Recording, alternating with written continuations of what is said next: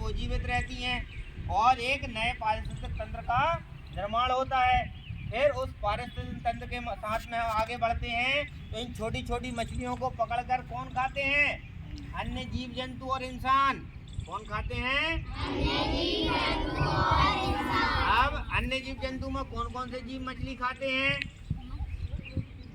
जैसे बगुला मछली खाता है और जल मुर्गी मछलियाँ खाती हैं, बिल्ली भी मछली खाती है, ठीक है, कुत्ता भी मछली खाता है। तो वे जीव जो मछलियाँ खाते हैं या अन्य जीवों का मांस खाते हैं वो क्या कहलाएंगे? मांसाहारी। क्या कहलाएंगे? मांसाहारी। तो इन मछलियों को खाने वाले जीव क्या कहलाएंगे? मांसाहारी। लेकिन मनुष्य जो होता है वो भी मछलियाँ खाता है, साथ में वो भोजन भी खाता है जो खेतों से प्राप्त होता है।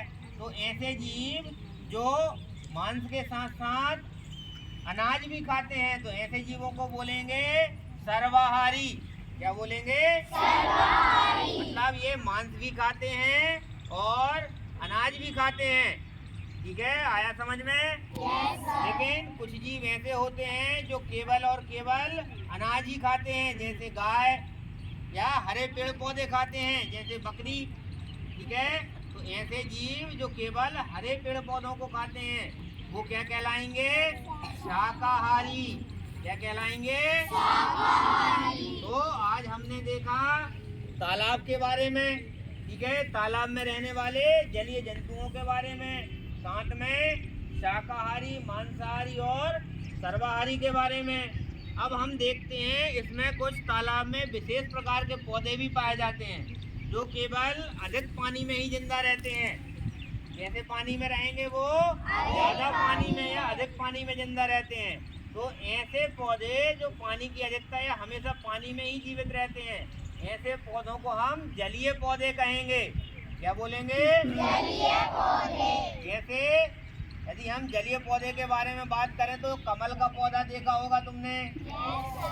इसके अलावा जलकुंभी का पौधा, और अभी जो दीपावली चल रही है तो तुमने खाए होंगे खूब सारे सिंगाड़े। क्या सिंगाड़े खाए हैं? तो सिंगाड़ा भी एक जलीय पौधा है जो तालाबों में होता है। तो इस तरह हम तालाबों से सिंगाड़े भी प्राप्त कर सकते हैं। इस तरह हमारे लिए ये तालाब बहुत ही महत्वपूर्ण चीज है। क्या तुम भविष्य में तालाब के विषय में निबंध लिख सकते हो? यदि परीक्षा के बारे में तालाब के विषय में कुछ भी पूछने को आए तो क्या तुम इसे लिख सकते हो? तुम्हें इस तालाब को देखने के बाद कैसा लगा? अच्छा। चलो बजाओ तालियां।